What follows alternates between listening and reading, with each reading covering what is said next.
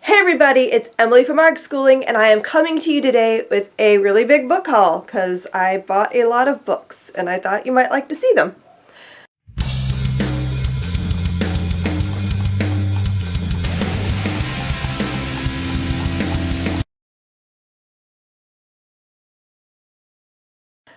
I know I said I wasn't going to buy any more books in my last book haul, but technically I think like 99% of the books I'm going to show you today are purchased for Build Your Libraries Grade 10, so they don't count towards my book buying ban. So I did buy some books for me though, and some for my daughter, so I'm just gonna, yeah, they'll judge.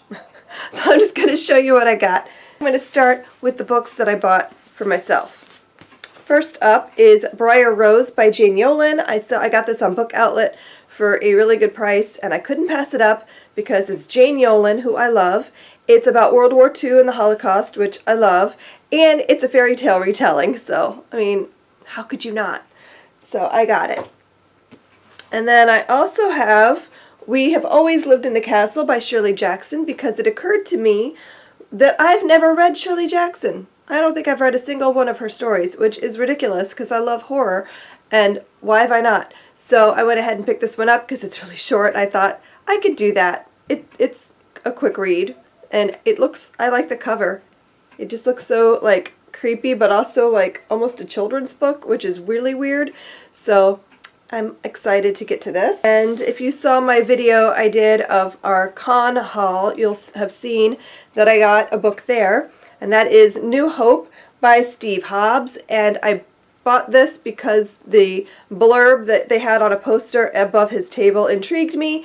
It compared this book to both Stephen King and Buffy the Vampire Slayer, which are two of my favorite things. So I have no idea if it's any good. I've never heard of this book or this author. I think this is his debut. But I got excited because it sounds fun. And vampires, I don't know.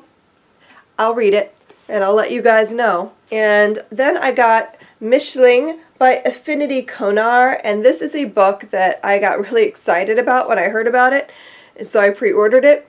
And this is about twins who are blonde, blue-eyed. They look very Aryan, but they're Jewish, and they're in the concentration camps. And they caught the eye of Joseph Mengele, who, if you know, he is the doctor that liked to perform weird experiments on twins in the concentration camps. So they've been experimented on, and then one of the twins goes missing, and her sister has to go find her. So I was just intrigued by the premise. I thought the cover was beautiful, and I need to read this book. These two I got for my daughter and me, because I want to read them too, but I got The Call by Peter O'Gillen. This is a dystopian, sort of, but it takes place in Ireland, which is why my daughter wanted to read it, because she loves all things Irish and Ireland. And so basically, if I'm reading the blurb correctly, this kind of sounds like The Hunger Games, but it sounds like The Hunger Games, but in Ireland, in a weird dystopian Ireland, and with fairies, I think. So that's really all I needed to want to get this. And then I got Every Day by David Levithan, because even though we read pretty diversely in our homeschool, it occurred to me and my daughter that we haven't really read a whole lot on the topic of LGBTQ. And I think probably the real reason why we haven't read a lot is that we don't really like contemporary books that much, and that tends to be a topic that gets written about in contemporary novels. So I thought this would be kind of a nice way to introduce the topic without it being overly contemporary-ish, since this does have some sort of magical, fantastical elements to it, I think. So I don't really know a whole lot about it besides the fact that this guy wakes up every day a different person, and he has to live their life for that day. So I think that sounds really intriguing. So we'll see if we like it. Okay, the rest of the books I'm going to show you are for Build Your Libraries Grade 10, which will be covering the first half of world history. So like ancients through medieval, somewhere in the middle. I don't know. I don't know how far into medieval we're going to go, because I haven't really mapped it out yet. I just sort of, in my head, have this like, we're going to get halfway through. So I'm just going to kind of show you what I have that I've bought new. I've got a lot on my shelf for this that I've already owned because I happen to own a lot of books on this topic in time periods, but I'll show you what I've been buying. So first up, I grabbed the DK Smithsonian Timelines of History, which is just a huge timeline book, and it's gorgeous. I love the DK books in the series. We used history for grade 8, and I have their World War II encyclopedia book, and I just think they're beautiful, and they have a lot of good information. And this one is very much just a timeline. I mean, it does have a lot of information, but it doesn't go into any kind of depth. So I was thinking this might make a nice spine for both years of world history, and we'll just build from there. And then I have two other books that I might use as spines. The first one is The Human Web, A Bird's Eye View of World History by J.R. McNeill and William H. McNeill. And I got this strictly because it said on the blurb that it is an overview of global history, which is what I'm going for. I want to cover everything, not just the Eurocentric. So I don't know how global this is. I haven't read it yet, but I flipped through it, and there are maps of Asia, and I'm hoping Africa. I didn't flip through completely, but I would hope Africa would get covered too, maybe even Australia, I don't know, but we'll see if it's any good. I also have a history of the world in 6 glasses, which I just love these kinds of books. This is world history told through a very specific lens, which in this case is beverages, and it sounds really weird and neat, and I like that. It covers beer, wine, spirits, coffee, tea, and cola. So it goes through history from ancients to modern with those beverages, which I just found that to be really, really interesting. So we'll see how this fits. And then I do have a few other nonfiction-y, spine-ish kinds of books that I don't quite know how they'll play out yet, but I got The Woman Who Would Be King by Kara Cooney, and this is a book about Hatshepsut, the woman who was the pharaoh in Egypt. And I've always found her a very intriguing character in history, and I want to know more, so I thought this might be a good book to use for grade 10. I have A World Lit Only by Fire, The Medieval Mind and the Renaissance, Portrait of an Age, and this is by William Manchester. And this is kind of just like an overview of the medieval time period. It covers, chivalry and knights and castles and nobility and all of those things and how they worked together during this time. And I don't know how dense it is yet because I've only flipped through it, but it does look a little dense. So this might be a book we just use parts of. And the same can be said for the next book, which is A Distant Mirror, The Calamitous 14th Century by Barbara W. Tuchman. This is another book that is fairly dense. It's a big book. And I'm not sure how much of it we'll use. I may only end up using a few chapters from it. I don't know yet, so I'm excited to read it though because I love, love, love this time period. It's sort of my obsession, and I love all things medieval. So I'm excited to at least check this out and see what I think of it. Now I have a few more like novels, historical fiction that I've picked up. The first of which is The First Man in Rome by Colleen McCullough, and this book is massive. I don't know that I realized how big it was when I ordered it, and when I saw it, I was like, oh, that's a bit intimidating. I don't know. I have to read it. It sounds really good. This is about Rome, and I want to say this takes place right before Julius Caesar comes to power, but this covers the lives of 2 men, and I want to say this is the first in a series too. I'm not sure how many books. I want to say at least 3, but might be 5. I'm not sure. But it covers the lives of 2 men, one who is a military leader and he's very wealthy, and the other is a very poor man, but I think he's aristocratic by birth, so he's just living a unfortunate life at the moment. And I think it kind of gives you a good view of what Rome was like from different vantage points. So you can kind of see what it was like for the really wealthy, but also what it was like for the not so wealthy. So I don't know, it just sounded really intriguing. I don't know if we're going to use it or not because it is huge. I don't want to intimidate children. And then this book I bought, Under Heaven, Under Heaven by Guy Gavriel Kay, who I've always wanted to read but just haven't for whatever reason. And when I was looking for a book on ancient China, I remember that he had a book that kind of takes place in China. Well, it's fantasy, but it's like a historical fantasy. So it's medieval, or is it medieval? No, it's ancient China, but I think it's the Tang Dynasty. But like a reimagined fantastical Tang Dynasty. So I'm like, that kind of fits the bill. So we'll see if it's any good. I'm excited to read it. I love China.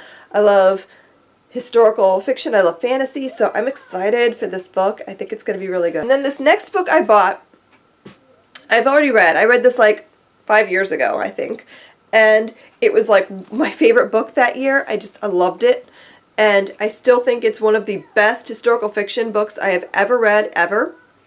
And that is Agincourt by Bernard Cornwell. This book takes place during the 100 Years' War between France and England. And it focuses around the Battle of Agincourt. And it is so good. It's so good.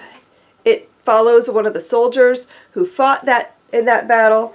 And it's sort of like his story and what's happening in his life. And it's a standalone, which I love standalones, because series can sometimes become a huge commitment. And so this book was brilliant. It was one of the best books I've ever read. And when I was thinking about grade 10 and what historical fiction I might want to include, this is the book that I thought of first. And I need to reread it because I know there was some scenes that might be a little overly graphic, because it's been a while. I can't remember how graphic they were, but I mean, it does have violence. It does have some sex in it, but it isn't gratuitous, but it does give a very realistic picture of the time period, which I loved, because so often we get all the chivalry and all of that, and as if everything was wonderful and perfect, and this was a really gritty time period, and I just thought this book gave a really realistic view of what battles were like, of what life was like for the average person, what it was like to be under siege, what it was like to be a camp follower. So I think this is a really great book. Okay, another topic that we're going to be covering with grade 10 is, I'm trying to do some sort of a little elective. Like for grade 9, the elective was survival skills, because it kind of fit with the prehistoric and how prehistoric people lived and that kind of thing. You know, the foraging, the gathering, the being able to live outdoors, that kind of stuff. Well, for grade 10, I was thinking the elective could be world, mythology, religions, sort of. So I have been buying a couple books for that. So the first book I bought for that is Myths and Legends, An Illustrated Guide to the Origins and Meanings by Philip Wilkinson. This book is gorgeous. This book is beautiful. It's fully illustrated. It's got lots of illustrations. It's got beautiful artwork. It's just a gorgeous book, and it covers everything, like everything. Myths from like prehistoric, myths from medieval days. It's a beautiful book. I also have World Religions, The Illustrated Guide, A Guide to Our Wisdom Traditions by Huston Smith, and this book is pretty much just covers the major world religions, and it just goes in more depth than what we did in grade 7 when we did world religions. And I just think it looks like a really good book. It looks like it's not biased towards any one particular religion, so I think it'll be a really good book to use for this topic. And the third book I got for this subject matter, I'm not 100% sure I'm using. I have to read it because it sounds intriguing. I'm just not sure how biased it is. And that is A History of God, the 4,000-Year Quest of Judaism, Christianity, and Islam. This ties in really well with the time period we'll be studying. I'm just not sure how biased it is. But it sounds amazing, and I'm really excited to read it because it's a really interesting topic. Like, how did all of this happen? Where did it come from? And so I'm hoping it goes into the roots of, like, how these religions came to be and all of that. I'm excited. I think it's going to be good. The last 4 books I want to show you are the science for grade 10, which I've been stressing myself out about because I'm not a scientist. Science is not even my strong suit, but I've always found it really interesting. So I've been trying to figure out how we're going to do this, because high school science is a little different than, you know, writing fun little unit studies for little kids. I'm going to use CK12, I believe, for our text, because I've used it before and it's free and I know how it works. And so I think, and I know it's a good resource. I used it with my daughter a couple of years ago when she did biology, and I thought it was a really good text. So I think we're going to use that as the spine. And then I've got a few books here that I want to show you that I'm going to round it out with. The first of which, I was actually really excited. I know this isn't the most fun, but it's Labs. All Labs, No Lecture, DIY Science, Illustrated Guide to Home Biology Experiments. So this is a book all about labs, basically. It gives you the lab and all the equipment you're going to need, and how to do it, why it works, review questions, and how to write the report. It looks like a really solid resource, and I'm excited to have found this. And I think there's also a chemistry one and a physics one. There might be something else, but I know there's at least chemistry and physics, because I'm already eyeballing that for the next 2 years. So I think this is going to be a really great resource. And then because I write living books curriculum, I wanted some living books to round out science. So I bought Microbe Hunters by Paul D. Cruff, and this is all about microscopic life and the discovery of the microscopic world. The Immortal Life of Henrietta Lacks, which has to do with cells and genetics, I believe. But there's a lot going on here. I don't really know that much about it, besides that it's a really good book. And The Violinist's Thumb by Sam Keen, who also wrote The Disappearing Spoon, which I thought was a really good resource. And so this book is supposed to be like along the same lines as that, but where that one covered chemistry, this one, and the elements, this one covers genetics and DNA, and it just looks really good, and it looks like a really beautiful book. That is my book haul. I bought a lot of books, and I think that was like 22 books maybe? I don't even know, I didn't count. Somewhere in the 20s. So there's a lot of books to show you guys, and I'm excited to read all of them. And I will be doing another haul sometime in the very near future, showing you everything I have for grade 10. This was just like a preview, kind of, if you will, about the newer books that I bought. But I have like 10 to 12 more books in that pile that I just happened to already own. So I'll be doing a video on that sometime very soon, probably sometime next month, because I'm going to be getting ready to start really actually putting it together and writing it. So exciting! Hope you enjoyed this video, and I will see you guys in my next one. Thanks for watching. Happy reading. Bye!